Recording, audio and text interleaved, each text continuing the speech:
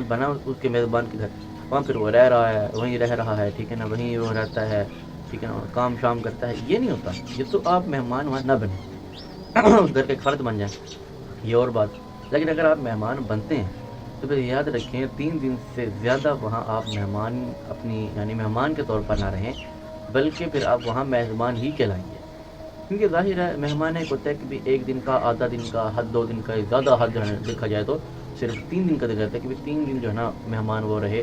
3 دن کے بعد وہ مہمان رہتا ہی نہیں ہے. جو ہمارے معاشرے میں، جو آپ کو اپنی معاشرے کی بات بتا رہا ہوں، ٹھیک ہے نا، وہ پھر مہمان رہتا ہی نہیں ہے.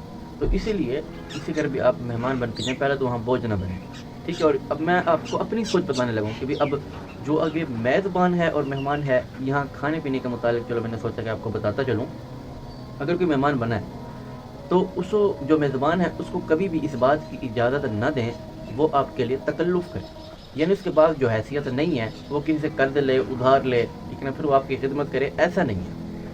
اسے مہمان نہیں کہتے، اسے مصیبت کہتے ہیں، ٹھیک ہے نا. وہ کہتے ہیں اسے کہتے ہیں بن بلائے مہمان. ٹھیک ہے نا. مہمان بھی بنا پھر وہ زحمت بھی بنا.